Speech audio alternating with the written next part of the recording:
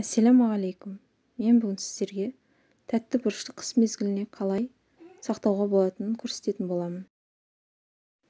Ол үшін тәтті бұрыштарды тазалап, оның түбі мен ішкі тұқым жабысқан етті бөлігін бір-бірінен ажыратып тазалап аламыз.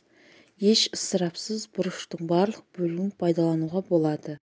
Тек сабағын ғана қоқысқа тастаймыз.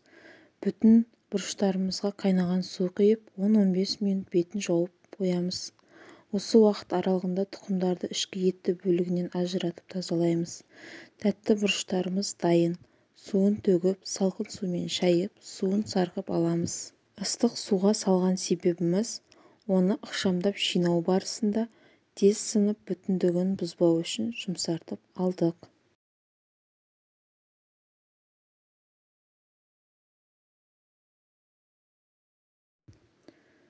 Етті ішкі бөлігін тұқымнан ажыратып тазалап алдық.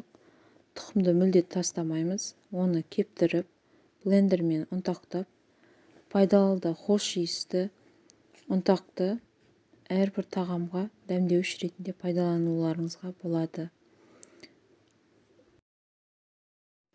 Бұрыштарымызды бір-біріне салып, ыңғайлап, полиэтилен пакетке немесе арнайы тоңазытқышта аз сақтайтын пакеттерге орналастырып, жай полиэтилен пакетке салсаңыздар, екі қабаттап, аузын мықтап байлап, тоңазытқышқа салып сақтағандарыңыз жөн.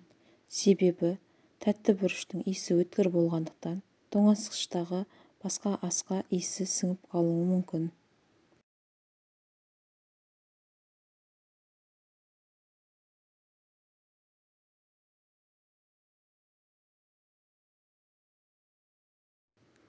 Тәтті бұрыштарды бүтін күйінде және басқа да турап, әртүрлі пішінде турап, тоңазытқышта сақтауларыңызға болады.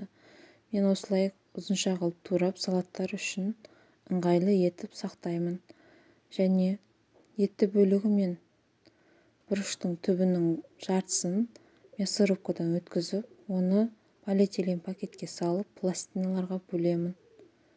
Және түбінің қалған бөлігін майдалап турап, сұйық тағамдарға қолдану үшін дайын етіп қоямын. Енді барлығын тоңазытқышқа салып, бір сағаттай қатырамыз. Қатқан бұрыштарымызды пакеттерімізге саламыз. Мұндағы бұрыштарымызды салаттарға, пластинаны ыңғайлы етіп бөліп алып, сұйық тағамдарға, майда етіп туралған бұрыштарымызды әртүрлі қою сұйық тағамдарға пайдалансаңыздар болады. Дайын болған тәтті бұрыштарымызды мұздатқышта 6 айдан аса уақыт сақтап пайдалануларыңызға болады. Қысқа азықтарыңыз мол болсын. Біздің каналға жазылып, қоңырауды басуды ұмытпаңыздар.